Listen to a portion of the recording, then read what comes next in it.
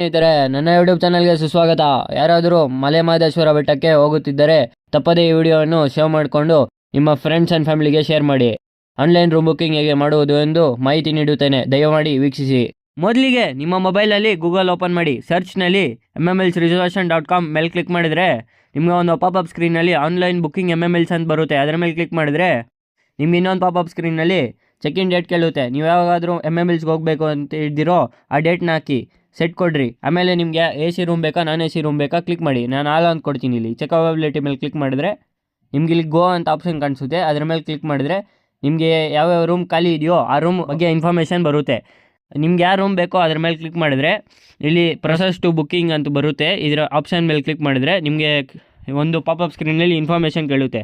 ಕೆಲವು information fill ಮಾಡಿದ ನಂತರ ಇಲ್ಲಿ I agree terms and conditions and privacy policy ಅಂತ ಕ್ಲಿಕ್ ಮಾಡಿ ಓಕೆ ಐ ಅಗ್ರಿ ಅಕ್ಸೆಪ್ಟೆಡ್ ಅಂತ ಕೊಟ್ಟರೆ ಇಲ್ಲಿ ಸೇವ್ ಆ್ಯಂಡ್ ಪೇ ಅಂತ ಇದೆ.